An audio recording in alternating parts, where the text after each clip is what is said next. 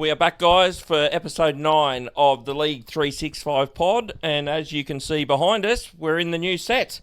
And I want to bring in, as I always do each week, my co-host is Jax. How are you, buddy? Yeah, good. How you going? Yeah, I'm good, mate. What do you think? Yeah, no, it's looking good. So just before we go on, we have got a few other things coming. We are replacing the Good Vibes with our podcast illumination sign, but it's not arrived. And we've also got a Bear Bet one coming as well. They should be here in the next few weeks, so it should look a little bit different, but it's looking bloody pretty good, I reckon, hey? Yeah, no, it's looking good. Yeah. A lot of Sharks memorabilia, but it's all good. Yeah, well, I got some other stuff, and then I ran out of stuff, so I just started whacking the Shark stuff down the bottom, so... Yeah. But anyway, this episode is sponsored, as always, by the good guys from Bear Bet. Remember, gamble responsibly. And remember, if you want to have a little dabble on the NFL or the footy or whatever sport tickles your fancies, make sure you jump on our social stuff and click on the link and go through the League 365 link, guys, because you'll get looked after. And I'll pass the other social stuff on to you, mate. Yep. So once again, everyone, if you're liking our videos on YouTube, like and subscribe would be much appreciative. Also, Instagram, TikTok. Jump on there, give us a follow, and yeah, let's crack on into it. Yeah, beautiful. All right, guys, today we're going to touch on a few things. Probably the biggest story of the week at the moment is probably the Perth Bears. A few, I think, decent signings, solid signings, I'll probably put this week. And you've been a real detractor of the Perth Bears, Jack, so I'm going to bring you in on this one. Where do you see them at now? Because you really sprayed them a few weeks ago. It's not like you to spray people on. You look like you're trying to make friends on the show, but finally, you had to actually crack at the Perth Bears, which I liked. They're still finishing last. They're finishing last. But where are they at now? Because you were really concerned about their signings and all that kind of stuff. You're still concerned? Who they got? Josh Curran, good player. Like, they got good players. But yeah, well, we're going to go through them individually in a second. There's no big name in that team. That's if they run out with similar type players filling the rest of their spots, that's the worst roster in the NRL. Yeah. It is, but didn't we say that about the Dolphins when they first come in? Oh, some people would have. Yeah, they had a few. Some people would have. Yeah. Oh, come on. Most people would have. Come on. Yeah. They were $10 to beat the Roosters in round 1 in that season. Yeah, I get their roster was not good. Whatever you want. Perth Bears are finishing last that first year. If they don't get a top player, then that side's not going to be able to win too many games. Of course not at the moment, but there's still a chance they will get someone. They will get a name. I'll be surprised if they don't. They'll get someone. What, a big name?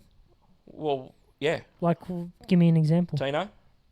I'm telling you now, they're not getting a big name. Yeah, okay. So you think they run out that first season? Going back to the Dolphins, I remember the Dolphins got the Bromwich brothers. They got the Hammer, but the Hammer's a big name now. He wasn't a big name when they got him. No. He was promising, but he wasn't someone that was a marquee signing. They made it as he was a marquee signing. Yeah. But he wasn't a marquee signing. No. As he would be now. If they got him now, he'd be a marquee, but he's not now. No, you're right. Yeah, but I don't know. It'll be interesting, but let's go through a few of these signings from this week. Yeah. First one I've written down is in the last 2 days, I think they signed Tyron Wishart. That'd been rumoured for a while. Where do you think they're aiming to play Tyron? In the halves? Do you think he's pinpointed the 6? Yeah, probably in the halves, or he can play 9 as well. I think he's just a player that gives them options. They can put him in where they need be. Yeah. Obviously, they got Sexton. It's probably going to be he'll be halfback. 9 or 6 probably. Yeah, I think they've probably bought him a 6. I think I think you could nearly put it in pen that. Yeah. Their halves are Sexton and Wishart. Yeah, and I like Tyron Wishart as a player, but if that's your 6 and 7 round 1, 2027, that's the worst 6-7 combo in the comp. No, I disagree. I'd rather that than Atkinson and Flanagan. Oh well, there you go. Yeah. So we're already. That might not be. That probably won't. That's the worst combination in the comp. Yeah. And I like Daniel Atkinson, but honestly, that's the worst combination in the comp. Yeah, well, Wishart as a 7. Wishart and Sexton's a better 7 than Atkinson. Atkinson might prove down the track he's a better 7, but I don't think so. Yeah. And to me, Wishart's a better player than Wishart's definitely a better player than Flanagan. It's as simple as that. Yeah, but that might be different by another year down the track. But I'm just saying it's not. You've got Kyle improving. It's not a great 6 and 7 for Perth. No, it's not. But could have been worse. Well, it could have been worse. Yeah, it could have. Could have been. It can always be worse. Could have been worse. So, Well, it's a good signing, like Wishart. You need Wishart blokes too. like that. It's a good little signing. So the other one that came today, the last couple of days, is Nick Meaney. I think they've bought Nick Meaney to play centre. I know he's played a lot of fullback, but I'm sticking to my guns. I think Will Kennedy will be the Perth Bears fullback. That's just my gut saying that, not saying that I've heard anything about that, but I just think Will Kennedy will be the fullback for Perth, and I think Nick Meaney's bought to play centre. What do you make of the Nick Meaney sign? The other thing he does give him is a goal kicker. Yeah. All these players that have signed this week for Perth are good players. Even all the players they've signed so far. Yeah, which we're going to go through. They're all first graders, like Liam Henry, Curran. Yep. You know, all these guys are good first graders. But, I don't know, you just need more than that, I think, to compete. Yep. Okay. They need to find a superstar somewhere. We kind of know that, but let's just go through them individually. So, what strengths Meaney got that he's going to help them? I think he's just a professional. Yeah. He's just a professional. He's a good trainer. He just does all them little things right, and I think he's just like a good clubman. Yeah, I agree. He's no superstar. No. You know, he's proved himself since he got into Melbourne to be an out-and-out first grader week in, week out. But moving different clubs out of that Melbourne system, does he regress a bit like he was at Canterbury and Newcastle? You don't know. At Melbourne, he's been good, but before that, he was struggling to play for a terrible Newcastle side and a terrible Canterbury side at the time. But yeah. Yeah, I think he's a different player now. I think he's improved as a player. I think being in the Melbourne system only can help. But you're right, players leave Melbourne, and it can be disaster. Yeah, it can be disaster. But look, I think you need these Wishart, your Meanies, you need a nucleus, and that's what it's given them. But you're right, you need to sprinkle some dust, like some fairy dust on it. 100%. So if they get them by 2027, well, only time will tell, I suppose. Yeah. So the next one we'll touch on is Josh Curran, who you've mentioned a couple of times. Now, Josh Curran, I don't know what you do with Josh Curran, I'll be honest, because I mentioned on the show a few weeks ago, I saw him at a golf day. I can't believe the size. He's very small. Like, considering he was coming on and starting at the Dogs at prop, a lot of weeks he started at prop, and he comes on and plays in the middle, but to me, he's just not big enough to be in the middle. Yeah. That's just my opinion on him. I think, again, it's a good signing. He's a goer. He has a crack. He's tough.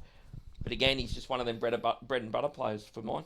Yeah, no, I like Josh Curran. I'm surprised that Canterbury haven't done more to try and keep him. I thought, the fans seem to really like Josh Curran at Canterbury as well. He's been good for him the last few years.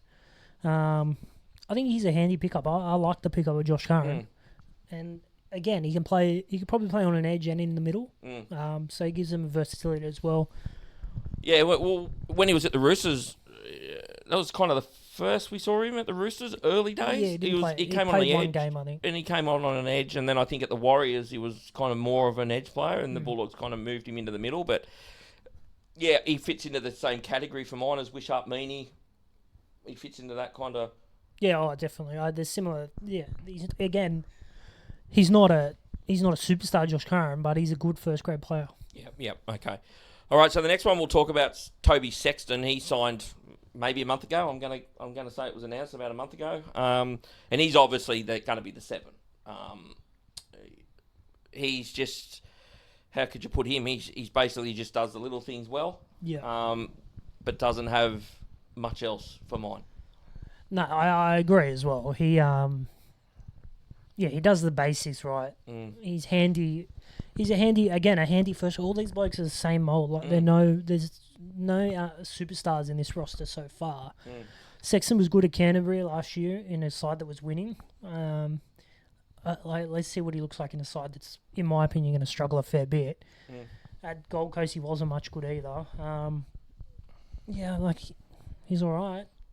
He's all right. Yeah, like they're all the same, aren't they? Yeah, look, you're right. You're right with what you're saying, and I agree. They're all, but you need them. You need these blokes. Yeah, you need them. Well, you need them. Every side's got them. How many of them do you need, but? Well, at least them.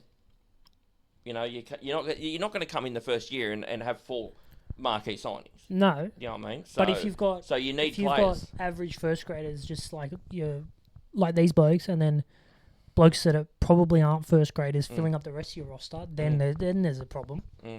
Yep. Okay.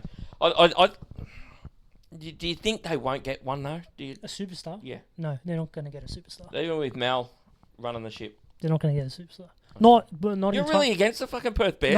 What's not, Perth done to you? No, like nothing. Seriously, you're into them. Well, because who they going to get, Joss? Who they going to get? Well, I mentioned Tino. His brother's already there. It's 2026 this year. Well, hang on. They got one more year to get someone. What about Tino? All right. I've mentioned Tino. His brother's gone there. Yeah. Well, yeah, okay, that'll be good. Yeah, well, if they did. I'm not saying they will. Yeah, but I'm going to say they don't. Do you not like James Bracey or something? Is that what it is? I just think There's won't. something about you and fucking Perth. You talked up fucking PNG for fuck's sake. No. And now you're into Perth. No, I just don't think they're going to get a marquee signing and they'll finish last first year. Okay. I'll have a bet with you on that when we get closer to that. Bear bet. Gamble responsibly. Okay, so we've got Liam Henry now. And you're just going to say the same shit to me. Yeah, you're going to say the same thing. You're right. He might have a bit more upscope because he's probably a bit younger. Yeah, right. A bit younger. Haven't really. He started 1 or 2 games when the Origin blokes were not there and an injury or two. Yeah. So he might have a bit more upscope. He could turn out to be better than just your bread and butter. May not. I've got my opinion on him. He didn't jump out of the TV at me, I'll be honest, but not to say that in a year or two he doesn't develop into a good prop. He's similar to like Liam Martin in some ways. Like he's got aggression.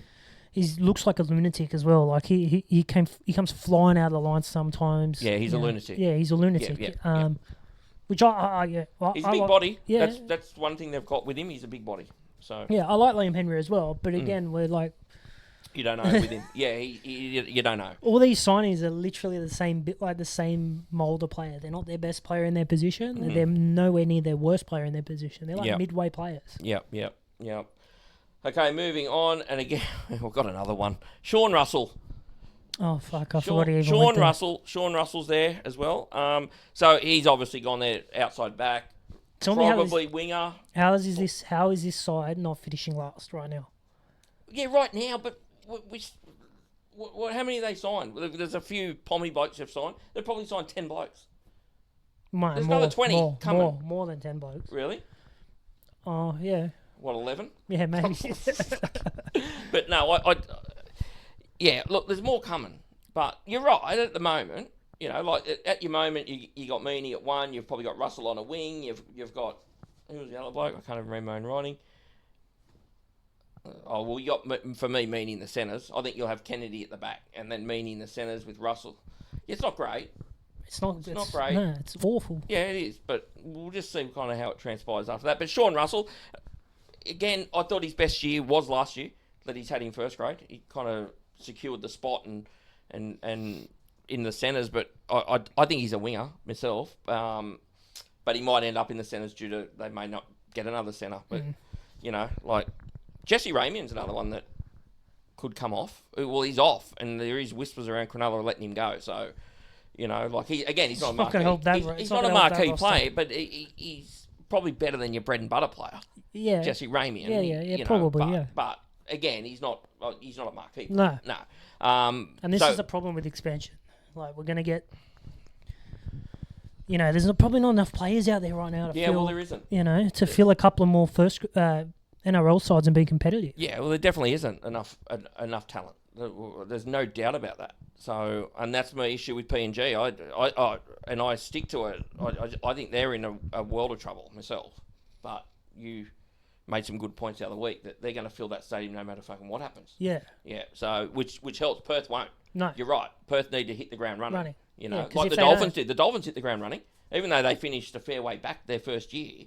But they were up there for a long time that year. Another chance of making the 8. Because Perth is going to take... It's going to take a winning side to get people engaged in that side in Perth. Yeah, totally agree. It's AFL City, you know? Yeah. All right, then the last one that they signed, again, this was a little bit ago, and I'm going to let you pronounce the surname. Oh, no, I'm going to have a crack. Isaac Fasumalawi. Yeah, Isaac Fasumalawi. Yeah, you're good with your pronunciation. It's dreadful. Yeah. So Isaac signed there...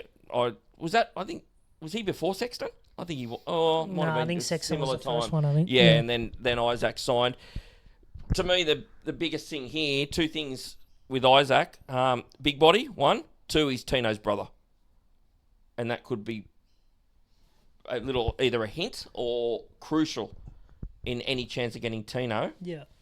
That Isaac's gone there, because there was a time I did remember hearing him talk a while back that he wanted to play with his brother, and he's at the Titans, and now he's gone. I don't know. Maybe there's something there. Yeah, I think he read too much into it early days. I think he's probably just gone there to get a start. He probably can't get a start in many other clubs. Well, he played a lot of first grade last year. Yeah. Yeah, not starting, but came off the bench a lot, Probably got... I'd think it'd be a money thing. I think they probably paid him overs to get him there. Yeah, maybe. Because he wouldn't have been on much. You wouldn't think at the Titans. No, but... And he might have got double. Like he might be on 200 at the Titans. Yeah, he's still a fringe first grader at the moment. Yeah. Trying to find his way in grade. Yeah. I reckon he probably just likes his chances of making the 17 most weeks over in Perth. Yeah. All right, so there's 7 that we spoke about. I think they're in a better spot. They're obviously in a better spot now than they were a month ago when we talked about them. I think they're tracking okay, I'll be honest. I think they're tracking... I'm going to disagree with you because I think they're tracking okay, and I think they'll land someone. I just think they will. So, but you just don't... I don't know how you think they're tracking okay. I do, because you need these blokes. You need these blokes. And there is blokes coming off. So, there's a chance they're going to land someone. Who's coming off for 2027? Tino. Yeah, you keep Jesse banging on about that. Braden Hamlin-Ueli. I know obviously a lot of Cronulla blokes, but... Fucking Jesus Christ. Any of your mob coming off? Yeah, Angus Crichton's off. There you go. Yeah. Tupo. A few others. I'd have to go through. I don't think they'll want a 38-year-old. No, I'm just saying, you asked me who's coming off, yeah. Yeah, so you know what I mean? We just named a couple then. If you go through all the clubs, there'll be blokes coming off. I'm telling you now. Pappenhausen. You name me Pappenhausen. Yeah. You name me Jesse Ramian and Suwali. Braden Hamlin-Ueli.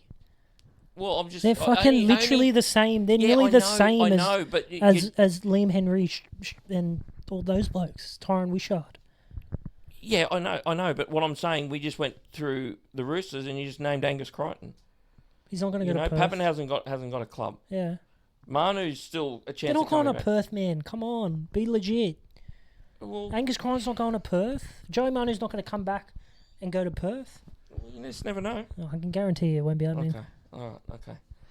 You're really against them. I don't know because why. it's just Have you been to Perth? No. It's a beautiful... Yeah, I know. It's beautiful, Perth. Because that's not a good... That's not a good roster right now. That's a terrible roster. I know it is, but they're not playing next week. No, I know that. Yeah. They're playing in less than... they'll be playing in 18 months. Yeah, okay. All right, let's move on, because we're not going to agree on the Perth Bears. So what we did this week, guys, we've come up with our top 5 recruits of 2026. And what I've done here, Jax, I've written them down from 5th to our number 1 recruit. And we do differ a little bit. So we're going to start with our 5th recruit. And I'll pass it over to you to tell me who your 5th best recruit of 2026 is. Yeah, so when we talk about best recruit, I think one that could have an impact at the club and all that stuff. Yeah, not the best. Not necessarily the best player. That's how I did mine. I'm the same. So I got Jonah Pezzett at 5. Yep. Going. I know he's only at Para for the year and probably can't do much in a year, but just to add, a bit more class with Moses into that roster, I think he could help Parramatta get back into the top 8 for the first time in a few years. So I'm looking forward to Jonah Pezzett going to Para next year, even though it's only for 12 months. Okay. All right. The reason I didn't put Jonah Pezzett in mine is what I spoke about a few weeks ago again, about I don't know how he combines, and you get Jonah Pezzett's strengths. To me, Mitchell Moses is going to be doing that role, if you know what I mean. Yeah. And to me, I just don't see the benefit of Jonah Pezzett for Para. That's just me. I could be proven totally wrong, but Mitchell Moses is going to kick. He's going to do all the things Jonah Pezzett's good at. So what's there left for Jonah Pezzett to do? Run, and he's not a runner. So that's the only reason I didn't put him in. Yeah. If he went to Canberra, which I've kind of said, that he would have gone in and run the side, he would have been, I reckon, 1 for me. But I haven't got him in the top 5 because I just think Para didn't need him. And I feel Moses needs a runner at 6, and he doesn't offer that. Fair enough. But that's just how I saw the Pezza thing, and that's why I didn't put him in mine. So my number 5 is Kai Pearce-Paul, who's going to the West Tigers, because I think he adds something that they needed desperately, a ball-playing back rower, before the line ball-playing back rower. And I think he's untapped, Kai Pearce-Paul. I think there's plenty there. Yeah, Could turn out to be, a top 5 back rower down the track. I'm not talking next year, but I think for the Tigers, it's an outstanding buy, and it's exactly what they needed. Yeah, he's got potential. He showed a bit of skill and that at Newcastle. He had a few good games. It's just if West Tigers can get the best out of him, really. Yeah. I like him as a player. Yeah, it's probably going to rely on their halves getting the best out of him as well. Like, you can't just expect him to give it to him and be like Hamoli. I'm not even trying it. Hamoli, I'm going to go with. Sorry. How do you say his name? I think Ola Kalatu. Okay, yeah. I'm going to leave them long ones to you. But, yeah, you know what I mean? Like, you can't just give him the ball and go, do your best. Yeah. You need good service from the inside men. So, like, Fainu and Jerome really need to work out the best way to use him. Yeah. So I look at them now, the Tigers, and I've spruiked the Tigers. So the Tigers fans will be pretty happy with me because I look at they're a big side now because they've got the other Fainu on the other side, Kai Pearce-Paul on the other side. The props are big. You got Fanua Pole and them, and Alex Twal. Well, he's not really, but you got Royce Hunt. Yeah. You got who am I missing? Terrell May. Yeah. They're big boys. Yeah, they're going to be a big pack, a really big pack.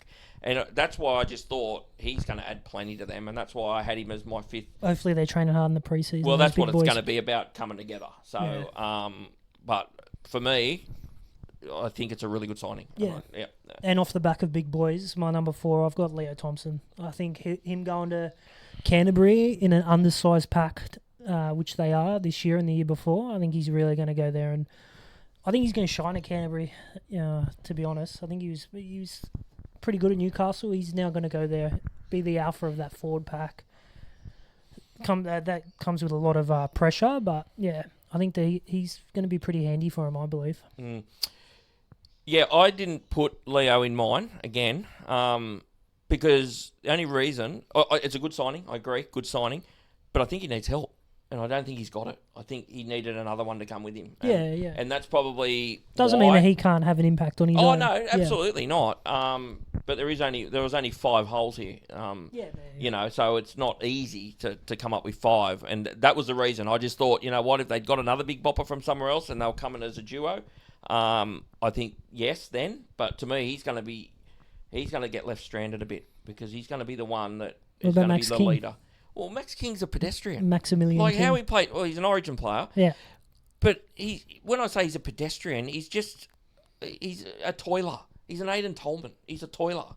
There's no impact with him. He just does the nitty gritty. He cleans up. Yeah, he does all the stuff. All the 1%ers, as they like to say. I thought you needed those players. Yeah, you do. You do. But he's not someone that. Well, look at your mob. The impact they get. You got 2 Origin front rowers based. Well, one's international with White. You got Collins, and then you bring in Spencer off the bench. Yeah. It's pretty. You're lining that against Max King, like them kind of players. No. Yeah, no, I get you. So that's what I'm saying. I'm just saying that yes, you need them. You need 1 or 2 of them toilers in your pack, but underneath you need blokes coming on with impact. Yeah. And they don't have it. Yeah, fair. It's all right, Max King, to get out there for 25 minutes and do all that shit work. But then you need to be rolling someone on. But they're rolling blokes like Josh Curran on. Like, they're good players, but they're not impact players. And that's what I'm saying. And I think Leo is a good signing, but they need more. Yeah. And I've said it. They weren't 1 big man short. They're 2 to 3 big men short. Yeah, I agree. But it doesn't take away the fact that I think he's going to go there and have a good year. Yeah, agree. Whether Canterbury have a good year or not. Agree. All right, let's move on to our number 3 picks. And No, you didn't do your 4th. Oh, I didn't either. My 4th one is Daly Cherry Evans.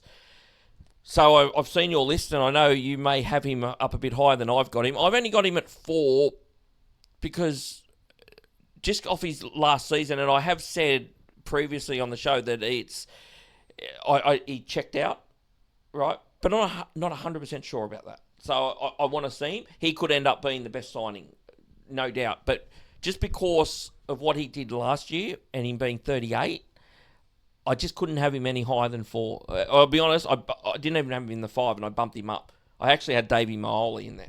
Funny enough. Yeah, but hang on. I'm going to talk about some edge blokes later. David Micheal. Yeah, but I'll tell you why, though, later on. So I have reasons. Again, it's not the best players. We said at the start, it's not about the best players. It's the impact they're going to have. Don't forget where he's going. He's going to Melbourne. And his best year was last year. The best year he's had was last year, and he's going into that form into Melbourne. But anyway, back to Daly Cherry Evans. So that was the reason I didn't have Daly, just because of last year, and he's 38. Will it take a little bit of time, or is he cooked? So I don't think he's cooked. I think it was just that he didn't want to be there anymore. But I just got that question mark. That's it. You, Daly. Just on what I just said. Just comment on what, I know what's coming with you, but you tell me on what I've just said if there's any concern. No, that's a fair assumption. You know, anyone that's once you talk an age like late 30s, you know, in a contact sport, there's always got to be concerns. Yep. You're only one bad knock away from being season done. You know what I mean? Yep. But I think he's got the runs on the board for most of his career. He had one bad year last year. But before that, he was an out and out top 3 player in his position for most of his career. Yep. Australian, Queenslander. Yep. You know, 20 odd tests, probably 20 odd origins. Yep. The runs are on the board to cut him some slack and let him see how he goes first in a different system, different environment. Yeah. Okay. Just before going to number 3, what's your? Because I've made it clear what I thought of last year. What did you make of him last year? Yeah, he wasn't great. Let's be real. But do you think it was him being basically cooked, or do you think there was other issues going on that affected his performance? Probably a bit of both. You know, it's like anyone. You know, once you've had enough of a job, like if you're at a job for 10 years and you're a high performer, and then all of a sudden you've had enough of that job and you've got your eyes elsewhere, you're not going to put in the same amount of effort, are you? Probably. Well, no, you're going to be depends checked on out. No, I don't agree totally with that. I think it depends on the kind of person you are. Well, how'd Cooper go? Well, he didn't make his decision until after the year. year. Wasn't it? Yeah. I thought it was halfway through. Yeah, no. He said he was. No, it wasn't. No. He didn't sign with Roosters halfway through the year. The season wasn't over. Yes, it was. Was it? Yeah. Roosters made the prelim. Yeah, it was too. It was. Yeah. I don't know. All right, so you have got some question marks on him. Only because of his age, and last year wasn't great. Yeah, fair enough. All right, let's move on to number 3 now, and I'll pass to you, mate. Who have you got at number 3? I got Reece Robson. Another Rooster. No, surprise. I just think impact. I think impact and what he does to the team he's going to is going to be big. You know, again, currently the New South Wales is hooker. It means that it can free Connor Watson up to go back into a more natural role off the bench and add impact that way instead of him having to play 70 odd minutes at 9. Robson's an 80-minute player, and if you go back to when Roosters were successful, Jake Friend was always there. He was a staple. And I feel like Robson's sort of similar in terms of Jake Friend. Yeah. Yeah, it's a good comparison, actually. I think they're both nuggety and robust. You know, Reece Robson doesn't tend to overplay his hand very often. That means it'll be early ball to DC or Sam Walker. And, I just think having a genuine hooker, which Roosters haven't had now since, Jake Friend, Sam Verrills, when they won premierships, I think it's handy. Yeah. I can't argue. He's not in my 5, but he was right on the cuffs because he's a huge upgrade. Yeah, and I think people forget that he's going there because of DC. He's taken 100%. They do. People forget because I've had conversations with people over the last few weeks and said, they're getting Daly and Reece, and they got, I forgot about Reece. Yeah. I think and I just talked about the West Tigers size. What about the Roosters size? Yeah, because he's probably the biggest hooker in the comp. Yeah, he's a nugget. I have to say, he's pretty just solid. Off the top of my head, I couldn't think of a bigger one. Sevilla Havili when he goes in well, there. but he plays 23 minutes. Brandon Smith's pretty big he plays as well. 28 minutes. Yeah, no. Yeah, you know what I mean? Like, he's an 80-minute ball of muscle in the middle. Yeah, like, he's a big boy. Any other year, right, he would have been the hottest transfer going into next year. They would have been talking about him way more because of how early he signed in 2025 and Daly dominating and Dylan Brown, these big money off-season signings and high profile. Reece Robson, New South Wales hooker, that's a big deal for mine. Yeah, I agree. Yeah. I agree, but it's a great signing. So it easily could have been in mine. Okay, my number 3 is Lockie Pereira going to the Warriors. And I don't really need to say much here because I made it very clear a few weeks ago.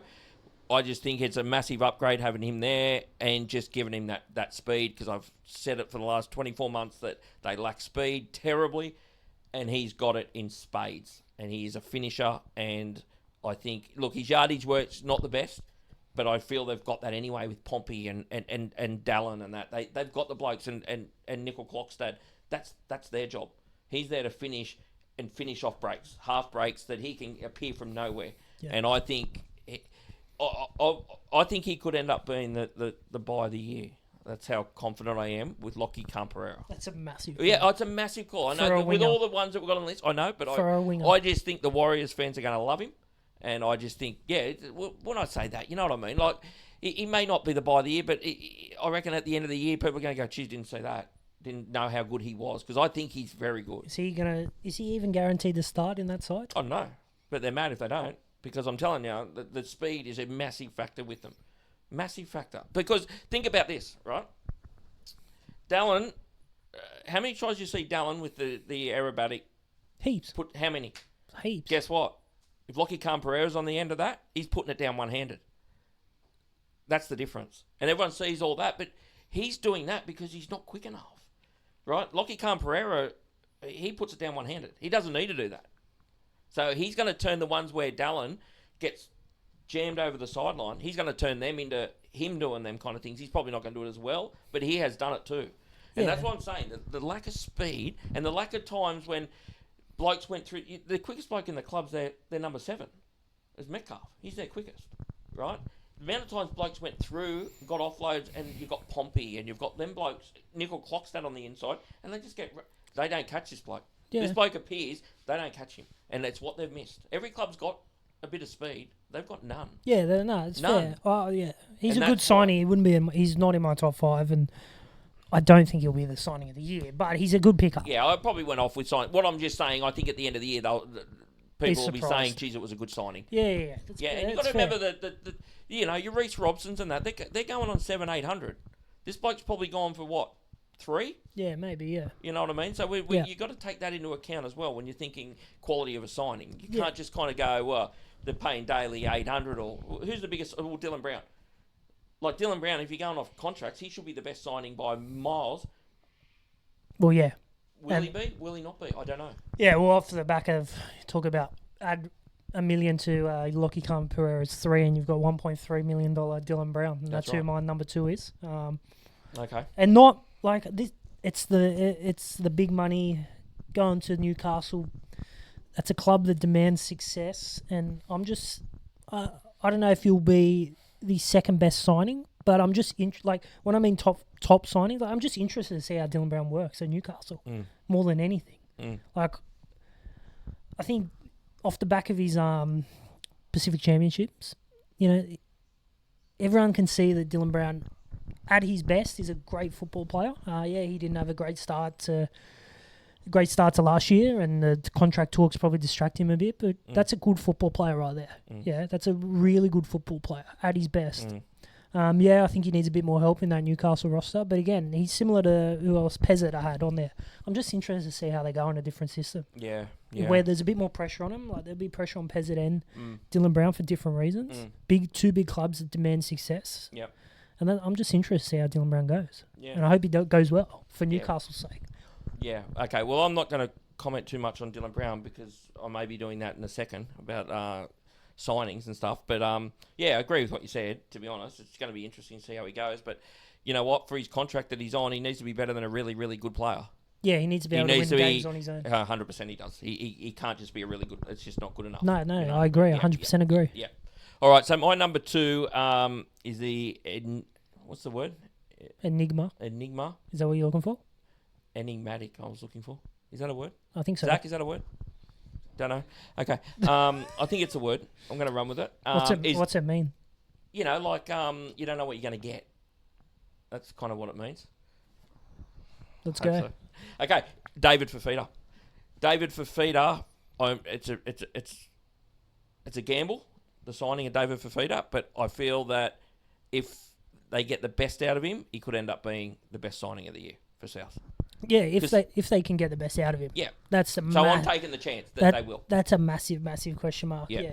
It's. I just look at him and we have spoken about him on the show before that he possibly was the best back row in the comp at one stage. He probably 100%. was. Yeah. And I just feel that what he could do for that south side again, it's you got to look at the side they're going into, and it's probably something they do lack, like a tackle busting edge back rower. Because you have a look, like Cameron Murray's not your tackle buster. He's your get through the middle, quick footwork, get up, play the ball quick. Well, Keon was that before he moved to the middle. Yeah, but he's not damaging like David Fafita.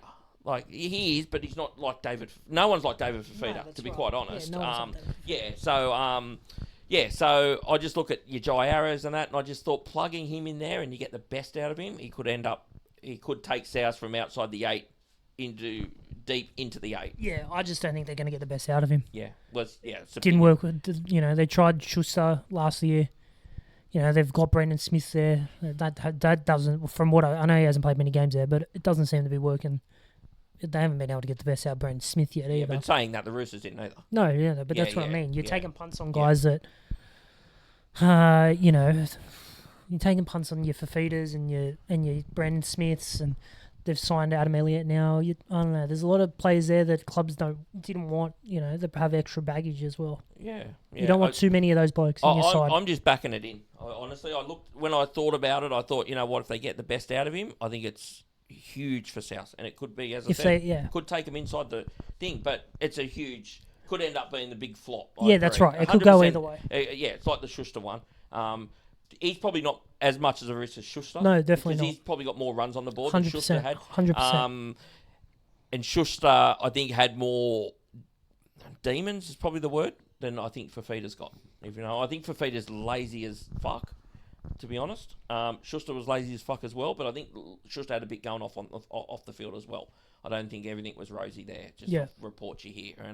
And I think David, is he getting the last chance saloon as well? I think so. Yeah. Who else is going to pick him up after this? If this fails in 12 months... One of the expansions. There you go. Yeah. Perth. No, I agree. What's he done? Has he signed a 1-year deal, or what's he done? I'm actually not too sure about David Fafita's contract. Yeah, but anyway, he's my number 2, but again, it comes with a warning that it could end up in disaster, but I just took the chance that if they get the best out of him, it could be a mammoth signing for him. Yeah, no, I agree. All right, number 1. Surprise, surprise. I'm going to pass to you. Who we got? I got Daly Cherry Evans. Oh, surprise, surprise. Yeah, I just think putting him into that Roosters side, and the player that Daly Cherry Evans has been for 98% of his career by last year, if you put that player in that Roosters side, well then that's in my biased opinion, which I'll admit, that's a premiership worthy side. If we get Daly Cherry Evans of 2023, 2022, the Origin Daly Cherry Evans, then watch out, that Roosters side's a contender. But if we get last year's Daly Cherry Evans, well then it's going to be a flop of a signing because it's not going to deliver. But I'm banking on the Daly Cherry Evans returns to good form in a new system of the Roosters with what I believe is more quality players in that whole roster compared to Manly. I think he'll come good. I 100% agree. I don't think. Look, there's always a slight concern. I just don't think there is. I'll be honest. I think I had him at 4. I just think that it was all about not wanting to be at Manly last year, and I just keep coming back to the fact that he's not going to go there and embarrass himself. If he goes there and he's awful, that's going to be his legacy's going to be his last 2 years. Yeah, 100%. That's what people are going to remember. Like, he's just gone there for the money. That's what's going to come out. You know what I mean? And just, Yeah, and on the flip side, if he goes there and does a Cronk, wins a premiership, he'll be a Roosters legend. Yeah. Cooper Cronk's held in high regard at the club. Oh, 100. Yeah. And he was only there for 2 years. If Daly Cherry Evans goes there and does a similar thing, then he'll be held in similar stature. Yeah, I agree. I can't argue. I think, I think they'll get the best out of him. I think the best out of him at the age, you know what I mean? Like, you're not going to get Daly Cherry Evans of 2020, 2021. You're not going to get that. But I think you just... the thing we're probably missing is the experience. The experience is going to help us well, coming there with the experience. Like, he is going there in place of Hugo Savala, who, he's a young talent, I suppose. He's probably not my cup of tea, but he's a young talent. But you're getting Daly Cherry Evans for fuck's sake. Yeah. Like, I'm always about the thing about, I see players go to clubs that I actually don't like, but I go, well, it's a good signing because he's actually better than the bloke he's replacing. Yeah, yeah. And I think people miss that. People miss that you're looking for the upgrade. You're not looking for the best player. You're looking for the upgrade. Is it an upgrade? And it's a massive upgrade. Yeah. It's a massive upgrade. And it's like Robson. Like Connor Watson, he's replacing Connor Watson, and Connor Watson's a gun. Like, not a gun, but he's a really, really good first-grade player, representative player. But he's not a hooker. So he's replacing him as their 9. Yeah. So it's a huge upgrade. So their 2 major signings are 2 massive upgrades. Yeah, so huge. It just can't say anything, but they have to go forward. Yeah, even if they don't, it's a fail. It's a fail year. Well, it is a fail. If they don't finish top 4, it's a fail for sure. For mine, it's a fail. If they don't finish top 4. So the last, when we speak about, I think one of the someone asked a question about we're going to do our top 8 premiers, and I gave a couple of spoilers. Well, what about today? You give us a spoiler on the Roosters, where they're going to be sitting on your 1 to 8. Probably in 4th. Oh, okay. So you're not supremely confident that they'll finish right at the pointy end? No, I don't think they'll finish. I think they'll probably finish top 4. I don't think they'll finish 1 or 2. Yeah. I'll probably have them in a probably 4th. You'll have them somewhere around there. But as I said last week, me. I thought you might. It's going to be funny because I reckon there's a chance I'll have them higher than you. Probably. So I haven't. There's a chance. Again, but I haven't broke down. Although you've pissed me off a bit today, so I might fucking drop them down a bit. So. Anyway, you just worry about your Sharks, bro. Hey? You just worry about your Sharks. Yeah, I know. Okay, my number 1, which I gave the spoiler a tiny bit earlier, is Dylan Brown. Now, the reason I've gone with Dylan is because I've always rated him, and I think he could make that team his own. And I think that they can go forward massively with him running the show. I'm surprised he's not going to be the 7. I thought he would be, and I know he's failed at 7, but I thought he deserved the shot at running the team. I still think he'll probably run the team at 6, and Sandon will just go around and play off the back of him and do the kicking and doing all that. But I think Dylan's gone up there with the right mindset, and I think he could end up. He should be. He should be the best signing of next year because of the pay packet. Yeah, but it doesn't mean he will. No, that's right. It doesn't always work out that way. But for me, I think it'll work. Yeah. And I think Newcastle fans will end up at the end of the year. They might not go, he's not worth the money they gave him. Definitely not. But I think they'll go, geez, I'm glad we got him. That's how I feel it'll go probably. with Dylan Brown. Yeah, I agree. They're a funny side going in the next year for mine. I don't know what... What do you mean? Well, what do you mean they're a funny side? Well, I don't know how they're going to perform. I've got no idea how Newcastle are going to go next year. Okay, well, why not? Well, because it's the same roster. You just got Dylan Brown plugging in there with Sandon. You got Thingo coming back, Ponga coming back that missed nearly most of last year. Yeah, but Ponga's been there for 4 or 5 years. Yeah, but you know what you're going to get with Ponga. Yeah, and what happens if how long do you want to have a look at him for? No, well, what happens if you get a... You love Kalen Ponga. What happens if you get a Dalian Stop year laughing at me. You love Kalen Ponga. What happens if you get a Dalian year out of Kalen Ponga on the back of a good Dylan Brown finding form again? I don't know. I'm not going to have him. I probably don't have him in my 8. They're not going to be in my 8. They're not in my... They're not going to be in my 8, but that doesn't mean it's a fail. No. Like even, for an example, the West Tigers last year, they didn't fail last year. No, they improved, and I think that's what you'll see with Newcastle. Yeah. I think Newcastle will improve as long as Kalen stays fit. Yeah. Kalen has to stay fit, and I can see them finishing 9th, 10th around there. Yeah. And that to me is a good year. Is a good year for them. Yeah, definitely. I agree. I can't argue. But even Sandon Smith gone there, I'm interested to see how that goes as well with Dylan Brown and Kalen, and I'm just I'm interested to see Newcastle next year. Yeah. One thing I'll just okay, so that's our top 5 done. Anyway, so leave a comment about that, guys. What you think, and if we've forgotten anyone, I added a few on the cuff, which was Davey Maoli. I had Leo Thompson. I didn't have Pezzett anywhere, to be honest. So, but that could come back and bite me. But you got to stand for something. So there was actually one thing I wanted to bring up from last week's show. You know when we spoke about Josh Schuster and you were kind of giving it to me that thing. Do you want to tell the fans about you telling me Cameron Smith was overrated? I don't remember. Oh, of course you don't. Yeah. So that was one of Jax's ones that he didn't want to talk about last week. He used to think Cameron Smith was overrated with about 3-4 years left in his career. Yeah, it doesn't mean I never thought he was good. No. Overrated just means... he is the GOAT, though. He's probably the greatest, possibly, of all time. He's that's in the up for conversation. discussion, yeah. Well, is there anyone that's out there now that's guaranteed to be an immortal? barring him. They're just waiting the 5 years. Yeah. What, that played at the same... Well, anyone you've seen. Is there anyone that you're going to say, well, he's definitely going to be an immortal? Well, I think Thurston will definitely be an immortal. I think he will be too, but I think Billy Slater will definitely be an immortal. Yeah. You haven't got Cameron Smith the best you've seen now, after you call him overrated? No, yeah, he's probably the best player I've seen. But I didn't see Andrew Johns, and I only saw the end of Andrew Johns. Well, he's the best I've saw. He's still the best I've seen as Andrew Johns. And it's going to take a good one for me to change my mind. But one that doesn't get as much respect that I think deserves, and I think he's underrated, talking about immortals now, is Greg Inglis. If we're talking about out-and-out football players. Yeah, can't argue with that. So, if you're talking about... he'll never be an immortal, though. Well, he should be. He won't be. If you're talking about footballing ability, right? Not just position specific, where Cameron Smith can get out, the ruck manipulation and all that. If you're talking about an out-and-out football player with attributes that you want as a football player, Greg Inglis is one of the greatest, one of the best that have ever done it. Okay, but look, I can pick that comment to pieces, though. You've got to do it over a long standing of time, because if you want to... And Greg Inglis did that. Yeah, no, I'm not saying he didn't. But you can't just go, because I could name you 5. Yeah. Or Jared Hayne would be one. Yeah. We don't, you know what I mean? I get it. But he didn't do it. If he'd done what he did for probably 2 or 3 years, if he'd done that for 8 or 9 years, you'd be talking about Jared Hayne. Yeah. In that thing. We're going to talk about Jared a bit later, actually. But, yeah. But I can see what you're saying, but I just can't see him. I don't think he will be. I think the others will be.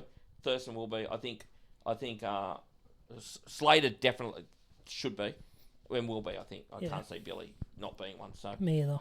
All right, let's move on to some fan questions. Now, I'm going to have to go to my phone here, Jax, and I can't read, so I'm going to put these on. Okay, so we've got one from Peter Beeman. Now, Peter Beeman's a guy that he asks us about our top 8 and that. So we're going to get to that, Pete, next few weeks. So stay tuned for that. Now, I'm going to read the whole question out because it's quite long, so that's why I'm reading it off my phone. So, what's your opinion on the Lomax drama? ? Parra let him break his contract to play whatever and stipulated that he couldn't play in the NRL until the original contract expires. What gives this dud of a man the right... I like this bloke. How good's Pete Beeman? I love him. The right to challenge the decision, which is made in good faith in his interest. Sick of these players and managers treating the game they survive on like shit, and I love that last bit because I agree. They do. They shit on it. And they shit on the fans sometimes too. Is that a fact that Parrott only released him on the stipulation that he couldn't come back? Well, if it came from Pete Beeman, I'm saying it's fact. I'm a big rap for Pete Beeman. I actually hadn't read that question before I read it. Right. Yeah, so it was the first time I'd read it. If that's the case, which I'm not too sure, I'd have to go and have a bit of a research. If that's the case, well then it's fair to not want him to come back this year. But if it's not, and Parra just said, yeah, you can break your contract, right, because they want people there that want to play there, and Zach Lomax didn't want to play there, well then Zach Lomax can come back to the NRL. Yeah, we spoke about this the other week. It's not a good look. It's not a good look on Zach Lomax at all, because he sort of broke his contract at Dragons as well. Yeah. But you can't tell the bloke that he can't come back and play, in my opinion. If you know what I mean. You've released him because you don't want him at the club because he wants to go somewhere else. I blame Parra. Yeah, so do I. Yeah, but Parra might not give a shit.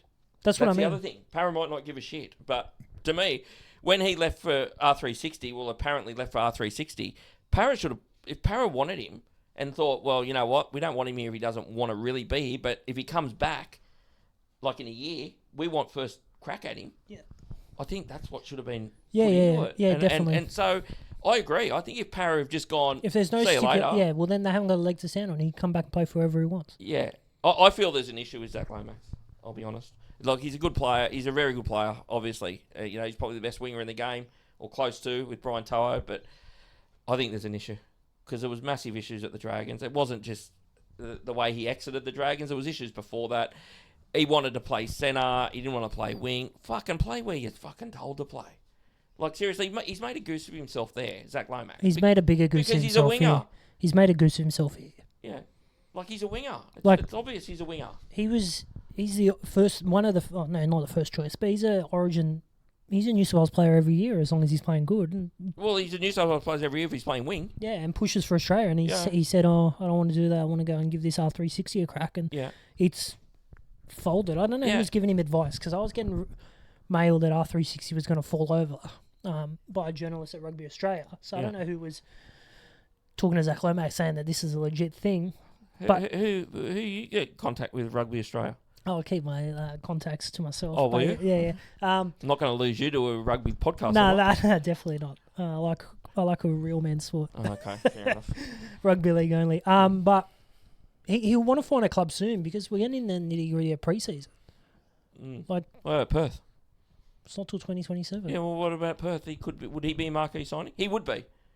You know what? He's similar with the wing centre shit, right? He's a winger, right? No doubt. He's like your bloke, Marky Mutt, right? And when they're in the centre, they try and do their flick out to the wingers, and 1 in 4 come off, and when it doesn't work a lot. And he was the same. He was doing that shit, right? And making that many errors, but then he'd do one late in the game, come up with them, and everyone just go, oh, fuck. How good's that? You know, but when you put him onto the wing, takes that out of it. Yeah, takes that out of the... And it's similar to Marky Mark, and that's why I've said Marky Mark can handle playing in the centre, so can Zach, right? But they're better wingers. Yeah, they're better wingers, and because it takes the risk of that play, and you don't want them doing it. Like, it's like Reece. He got it right at the end of the last year, right? The errors were 1 in 8. Yep. And that's where you need it. Yeah, no, I right? agree. Where early in the year, it was 50-50. It was rocks or diamonds. And that's why he hit that form. Yeah, and that's why Lomax, that's why Marky Mark, they're wingers and they're not centres. You know? I agree. Like, if you're not hitting that play, if you don't know when to pull the trigger and when not to pull the trigger, you need to be on the wing. Yeah, no, that's a fair comment. And both outstanding wingers. And good centres. No doubt about that. So, what did we answer the question? Yeah, I think we did. Yeah, I think unless if it's not stipulated, like if there's no stipulations, well then he can come back and play for whoever he wants, in my opinion. Yeah, okay. So the next fan question is from our old mate, Benny from Bradbury. Now, this is longer than Pete Beeman, so just stick with us here, viewers. I'll just start from here. Just a question. Just regarding when Foxtel do a top 25 fullbacks of all time, why they never include Jared Hayne? ? I understand not celebrating his playing career when he had legal actions against him. These allegations have been dismissed and thrown out. I might be biased because Benny from Bradbury is an eel, obviously, but I don't think he's a Titan, is he? Jared was at the top. Yeah, surely he's an eel. He's an eel. He's definitely an eel. Yeah. But I would have the Hayne playing somewhere in the top 5 fullbacks since 2000. His run of form in 2009 is as good or better than I've ever seen. He made some average players look much better, resulting in them earning double their value, e.g. Daniel Mortimer. Yeah. Okay. All right, where do we Jared. Where do we break this one down? Okay, well, you break it down as... Is that fact that Foxtel did top 25? I don't know. That was the first thing I was going to Well, maybe ask. that's why they haven't included him, with what Benny said, with the issues that were going on. Does he mean KO or like he means Fox League, doesn't he? Benny's old school. Like He means Fox League, is that what he means? Yes. He means Fox League for sure. They must have done some 25 best fullbacks. Yeah, Clarkie's which they do. Clarkie's column's been doing that as well. I don't know if you saw Clarkie column, what he's been doing. He did a top fullbacks and of the NRL era, top 25. Did he? Is that things like? Are you going to pull it up, are you? Yeah, I'm just going to double check. I'm nearly positive Clarkie did that. Yeah. Okay. But anyway, so with what Benny's just asked, well, Benny, if they've done the top 25 fullbacks since 2000 era, Jared Hayne is... Clarkie's 26 for 26 series, so he's done top 26 best in their position. Yep. NRL era. Yep. So he's done 26 for 2026. 2026, yeah. Okay, so there's no doubt that, Benny, that Jared Hayne is definitely up the top. Like, since 2000... look, I haven't researched this question, but I'm just thinking Billy's won without any... There can't be an argument. Billy Slater's the best fullback I've ever seen. And be a brave man to say he's not. No, I agree. He's the best fullback I've ever seen. Where will you put Jared? He's top 5. I'm thinking top 3 for me. Although I've got 2 ahead of him. Okay, well, you got Teddy. Yeah, and I got GI. Yeah, I haven't got GI. I just did he play enough fullback? GI. Well, what's the question? It's the best. He was the best when he was there. Well, so was Jared. Yeah, that's fair.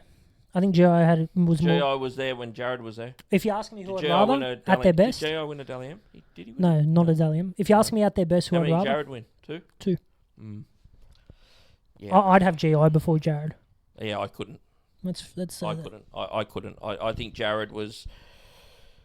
It is the best stretch of form of any player I think I've seen, and it was the season of 2009, and then he did it again in the Dally M. It wasn't like the 2009, and I think consistently he was very good his whole career. Consistently, them 2 years were out of this world form. Out of this world form. You know, he took that, and Benny's right. That Parramatta side, I'm just trying to recall it. I think they had Mortimer at 6. Robson at 7. Yeah. And Kingston. Matt Keating. Yeah. I think it was Matt Keating Yeah, at it 9. was Matt Keating. Matt Keating. Legless. Yeah, it's not a good squad. And he ran the... He seriously played 1, 6 and 7. Yeah. I just can't see anyone else doing that. I have Slater 1, I have Tedesco 2, I have Hayne 3, and I think it's a gap to the rest. Unless I'm forgetting someone. Well, you think Jared Hayne's clearly better than Greg Inglis? Yep. At 1, yep, I do. Okay. Yeah, I look at GI. Well, GI played all his representative football at centre. This is the only reason. He played all his representative at centre and then played a lot of his career at centre or 6. Yeah. Like played 6 at Melbourne. Well, he played 6 at Melbourne. Won him a grand final at 6. Hayne played a lot of his representative career not at fullback as well. Yeah. But he played most of his NRL career at fullback at Para until later in the career and then played a few games at 6. But he was a fullback. Like if you look at I'd be horrified if Jared hasn't played double the games at fullback than GI played. Yeah, probably. Yeah. One's a premiership winner, one's not. Yeah. I don't know. There's no. You can I don't know what. You can argue that. You can argue who's in front. It's just personal opinion. There is no way in hell you can say there's daylight between, in my opinion, Jared Hayne and GI. You can't say there's daylight. You can argue who's in front. I'm saying as a fullback. That's what I'm saying. I'm not saying as a player. I think that's a ludicrous statement. Yeah, I don't. As a fullback. I think arguably GI's best years were late at South at fullback. Yep. Yeah, that's just my opinion. So I always rated Hayne. I just thought he was just an outstanding footballer. Yeah. And so what was Benny's question? Should he be referred? Well, you're supposed to listen. I read the question. You're supposed to listen. Yeah. It was career when he had blah blah blah. But I would have to say Hayne playing somewhere in the top 5 fullbacks since 2000. So we've answered it. He's run a form in 09, blah blah blah, and yeah. But I understand why, if it's Fox League doing it, why they don't have him.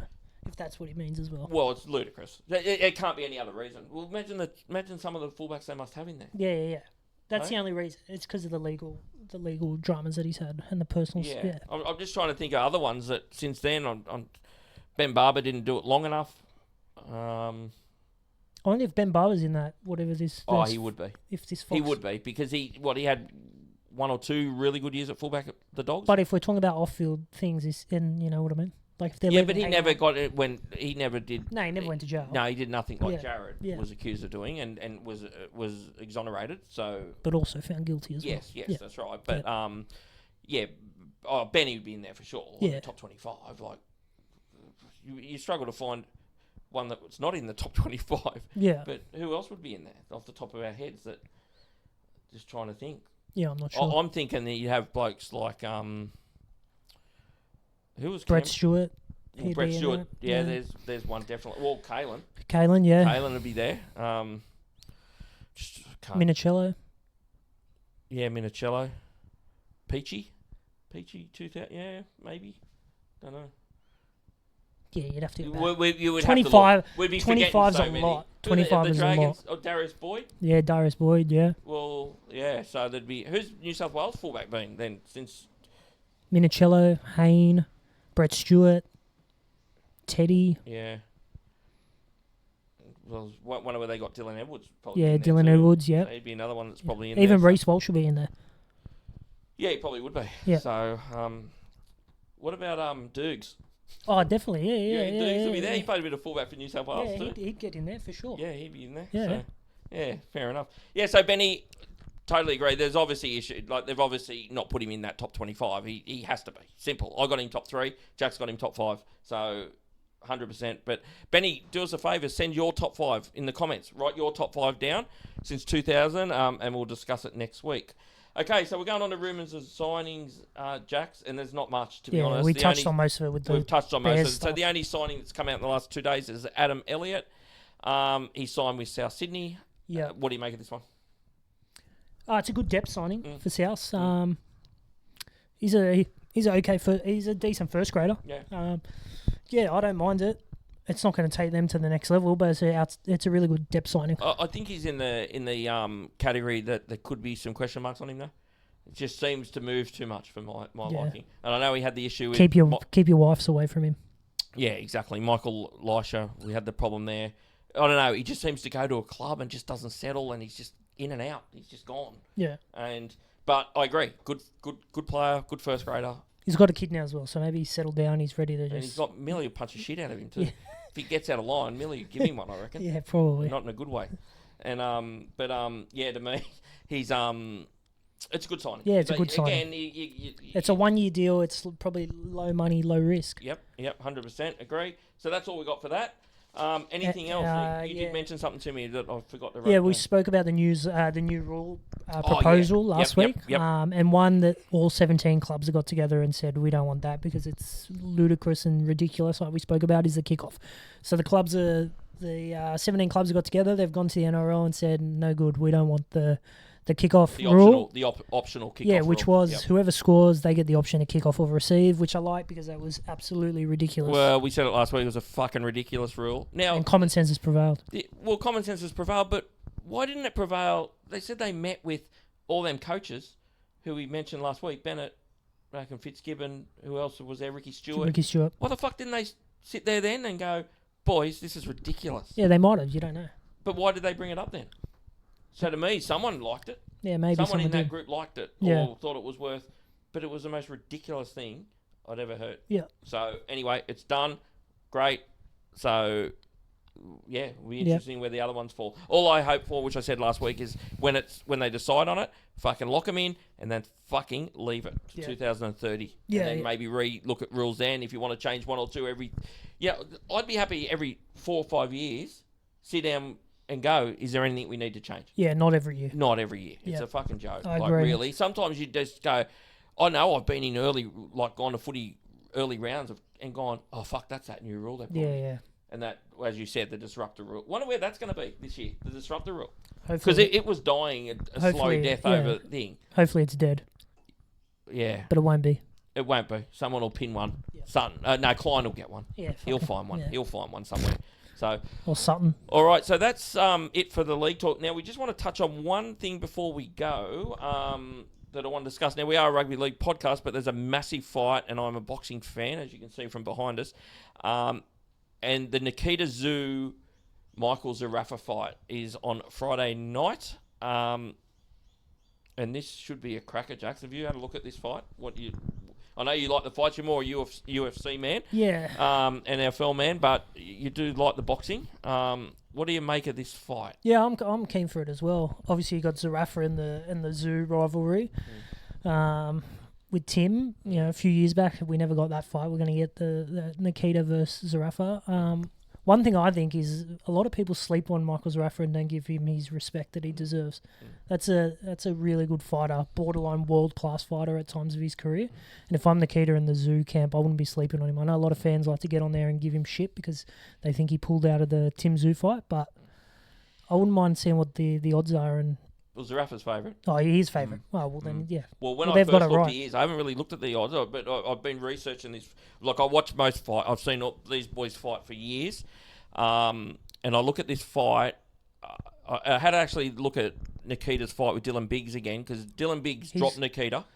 He's done good things now, Dylan Biggs as well. Yeah, well, Dylan were lucky, because Dylan Biggs dropped Nikita in round 1 when they fought, and hit him flush and dropped him. Nikita come back and won the fight. But it's a concern. you get dropped like that from Dylan Biggs. So what's Dylan Biggs? You said he's done. What's he done since he fought Nikita? He's just won. I think one of the or WBC maybe Grand Prix. Yeah, Grand Prix. No, I'm gonna cut that one out. Grand Prix. Grand Prix. And I think he's won 6 fights on the trot or something. Overseas and won the Grand Prix over there. Yeah. So we've basically got Nikita the Butcher versus Pretty Boy. Now Pretty Boy Zerafa. I've kind of gone back, looked at just for a refresher on when he fought Jeff Horn and a few others, and he struggles to hurt blokes for mine. Like, he hurts the weaker fighters, but when he fights the blokes that are on his level, he struggles to hurt them. Nikita hurts blokes, right? But I'm with you. I think people sleep on Zerafa. I think, I'm leaning to... Look, I'm in Tszyu's corner, but I'm leaning... I think Zerafa might beat him. Yeah. That's my gut feeling. I think it's going to be a fight where I think if Nikita catches him early, flush, he could put him away. But if he doesn't, I think Zerafa could get into a scrap with him and win. Yeah, that's how I feel. Yeah. And experience in these kind of fights, as we've seen over the years with other fighters, like they may be better fighters, but they're not experienced. And Zerafa's been around the block. And yeah, definitely. And I think that, hate to say it, I think Zerafa's going to be very hard to beat in this fight. And I don't know if Nikita knows what he's got himself into here. Yeah, I agree. I was very confident if Tim fought him though. Zerafa was in a world of pain, and I think Zerafa knew that. I think that he can say all he wants about why he pulled out of that fight, but there's no doubt there was other issues going on there. Because I think if Tim was fighting him, I would be giving Zerafa no chance. This is comfortably Nikita Tszyu's toughest challenge today. Oh, comfortably. Without a doubt. The other fight that worries me with Nikita is he fought Koen Mazudia, who's a good fighter. Good, he's always on the no limit cards, and that Patrice Cohen give him a fight. And similar body shape to Michael Zerafa as well. Yeah. A bit more rangy. Yeah. Where Nikita's compact, small. Yeah. Like Nikita beat Cohen, but Cohen had him in trouble a few times in that fight. I've seen Cohen struggle with some ordinary fighters. So the form line concerns me a little bit with Nikita, to be honest. I know he's got the punch though. He's got that left hand. If he lands that on the button early, he's got the power to sleep Zerafa. But as I said, if he doesn't catch him early and hurt him early, I think Zerafa odds will shorten drastically during the fight. Yeah. But it'll be good, man. I'm looking forward to it.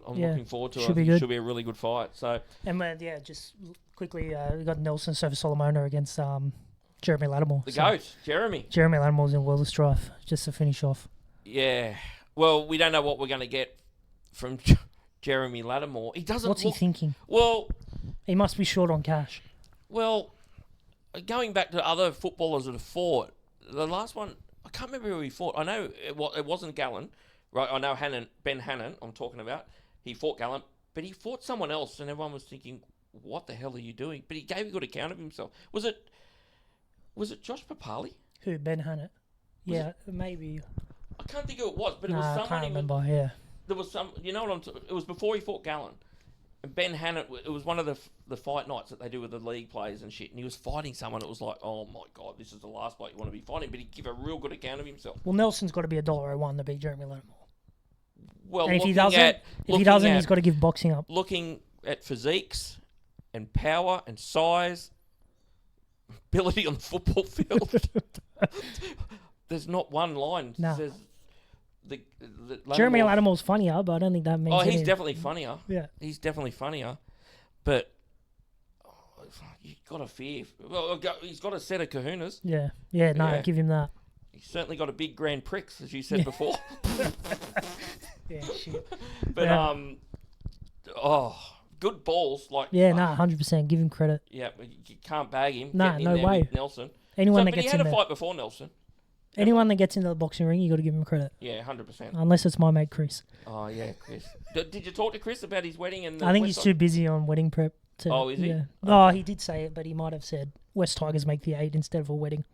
He did. Okay. All right, guys. So that's it for today's episode. Just a couple of things. The Newtown Day. Don't forget, I plug it every week. February 15, Henson Park. Me and Jax will be out there with Zach filming some stuff out the front. So make sure you come and see us.